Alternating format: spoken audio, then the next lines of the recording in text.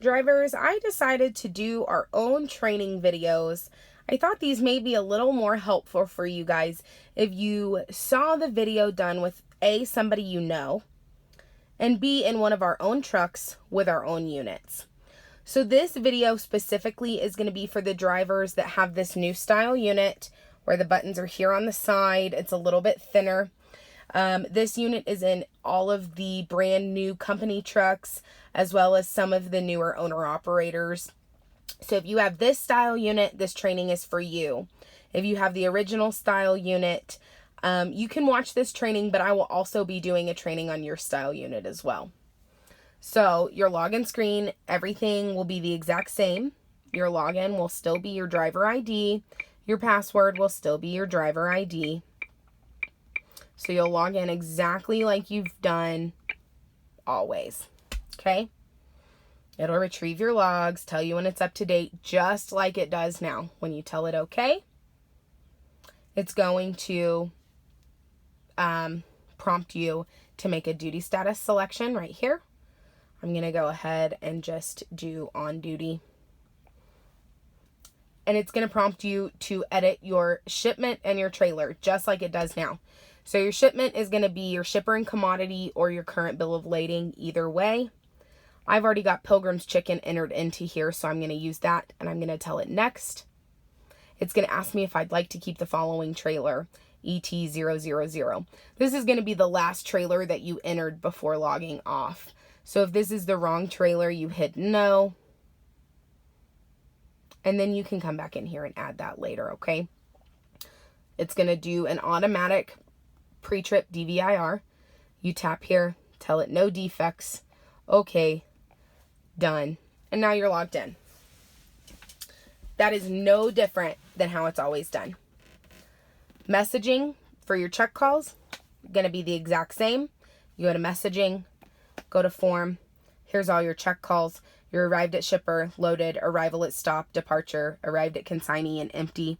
You will do those the same way you always have, by selecting it, selecting dispatch as your recipient, and hitting send, and send now. Just like you've always done. Very simple. You'll do that for each and every load, every time you arrive at shipper, loaded, etc., etc. Now, what is going to be different, of course, is the logging portion of the unit.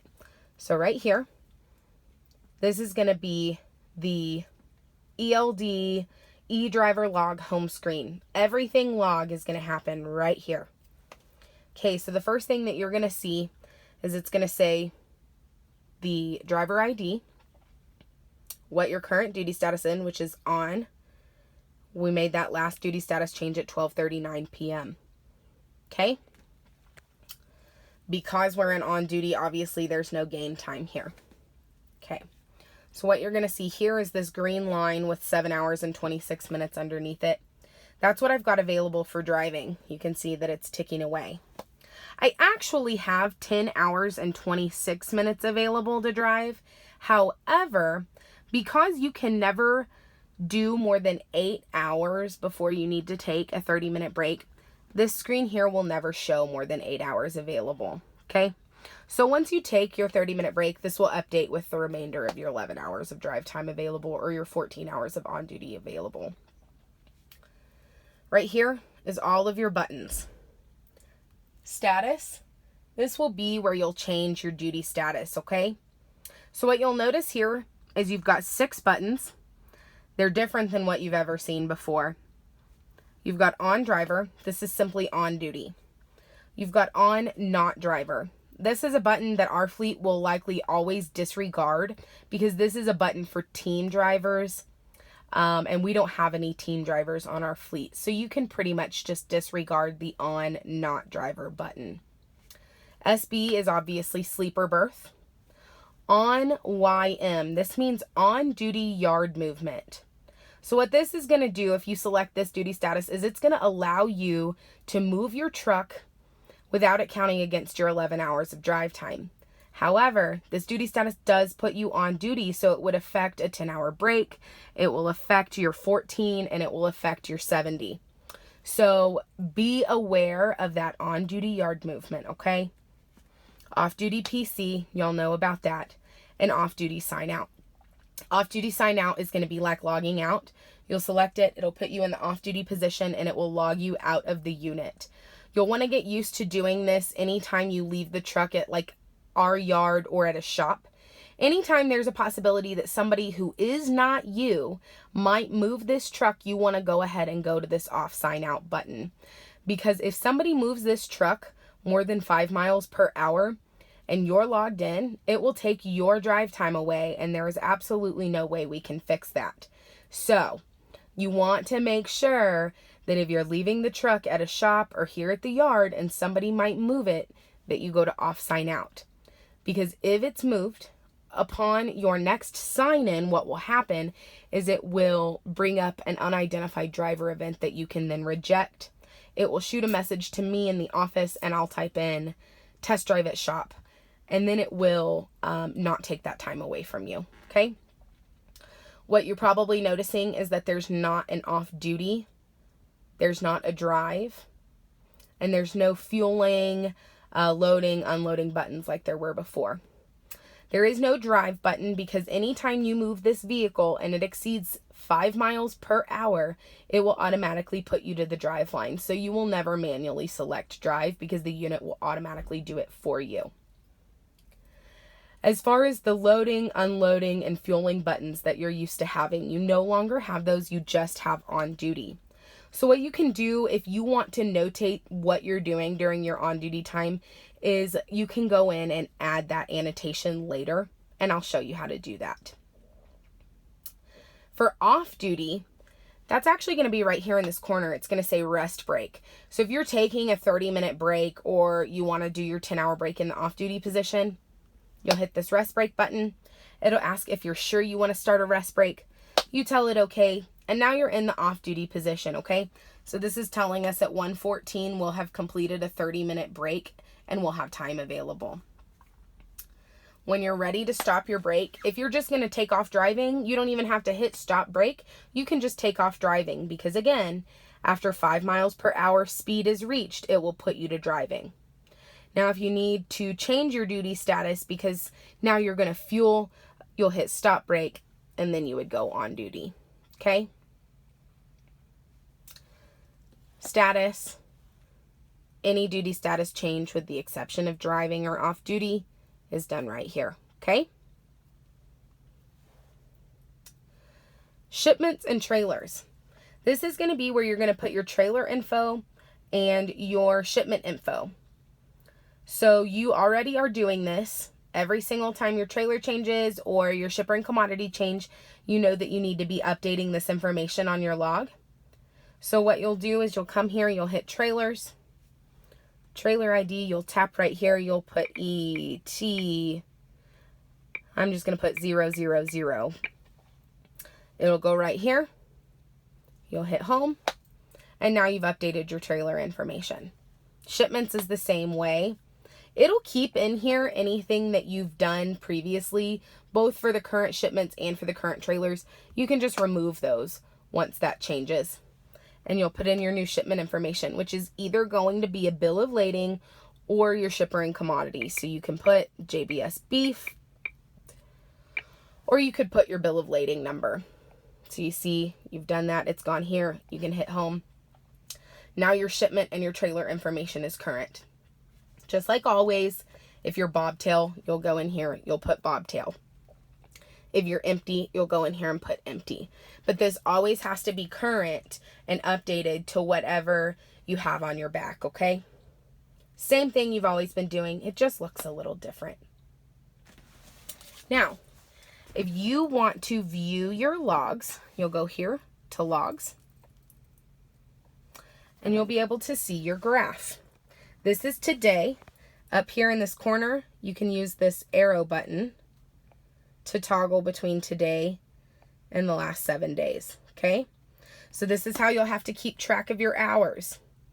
You can also go here to events, and it's just a readout of every duty status you've changed. Again, this is, you can move through today and the last 7 days, forward or backward, okay? Now, I was talking about earlier, if you wanted to make an annotation to say like you were fueling or checking in at a shipper or whatever it may be, the way you'll do that is here in the details. You'll select a duty status that you want to make a notation on. So I'm going to select this off-duty status. I'm going to hit annotate, and I'm going to type in 30-minute break. Obviously, you know you don't have to do this, but when you hit submit, now if you go back down here, you'll see it says 30-minute break. Okay? So you can do that anytime you want to add an annotation to your logs. And just tell it done. This is also where you can certify your logs. You do have to certify your logs every single day. Just like when you had paper logs, you had to sign them every single day. So if I were you, what I would recommend is every day at the end of your day, you're going off duty for 10 hours. We're going to go to the sleeper berth. And then I'm going to go here to options, review logs, certify. You have to enter your password to certify.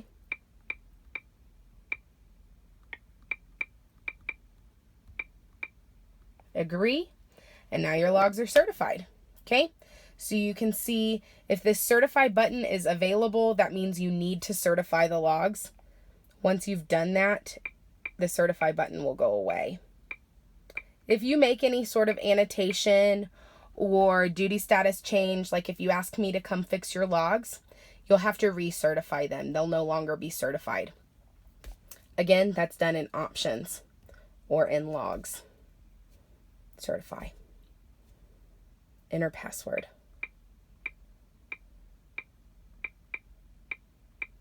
Agree. Now you see my certify button has gone away because today is certified. The only other thing you'll really do from this screen is you can go options and roadside inspection. This is going to be if you are pulled into a scale house or pulled over roadside and the officer wants to see your logs. You'll select this roadside inspection option. He will be able to do the same thing you can. See today. He can use this arrow to view the last 7 days as well. He can also go to here to events, see every duty status change for today, use this arrow to see the last 7 days. You can also use this data file transfer, select email, and he can type in his email. We'll use mine.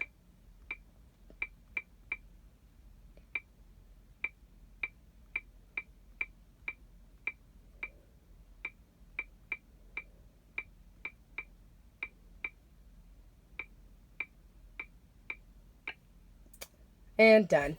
That's how you send your logs to the officer.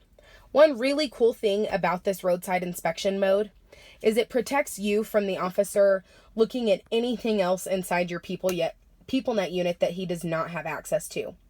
Because if he hits this home button, it prompts you to put in a password.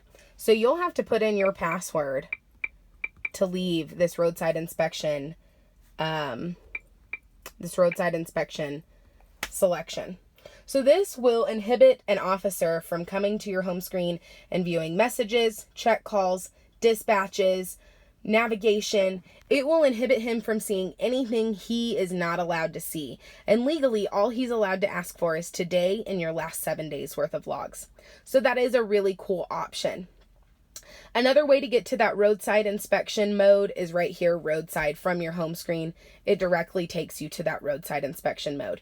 Again, if he tries to hit the home screen, it's going to prompt for a password. And it's your password. So when you're done with your inspection and you're ready to get back to your home screen, you'll have to put your login password in to get back to your home screen. Okay? Your navigation's the exact same as always. Workflow is the exact same as always. The only other thing that is a little bit different is when you want to do a pre-trip inspection, what you'll do is you'll go to your eDriver logs. You'll hit status, on duty. Then you'll come back to the home screen. You'll select driver, inspections. It'll say new, pre, and then this looks exactly like what you're used to. Defects found, tap to enter yes or no. Tell it no. Okay, done. Now you've shown a pre-trip inspection on your log form. And so at this point, what you would do is after your 10 or 15 minutes, you could take off driving, or you could go back in, and of course you can change your duty status to whatever it is that you want to change it to. And that's the new ELD in a nutshell. I really think that this is not going to be as difficult as we've all feared that it will be. Drivers, you just really want to make sure that you are paying attention to the fact that anytime your truck moves, if you are not either logged out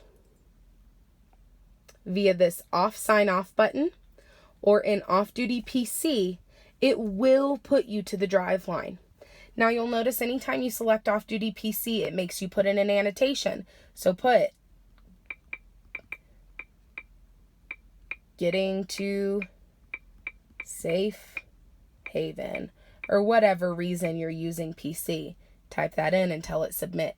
It will make you do that every time. But I cannot stress enough that if you are not in this off-duty PC position or logged out of this unit, if this truck exceeds 5 miles per hour, it will put you to drive line, and there is nothing any of us in the office or PeopleNet can do about it, okay? Really, this is going to be simple, guys. It's going to take some training and some patience on all of our part, but I think that really if you give it a good effort, it won't be that hard, okay?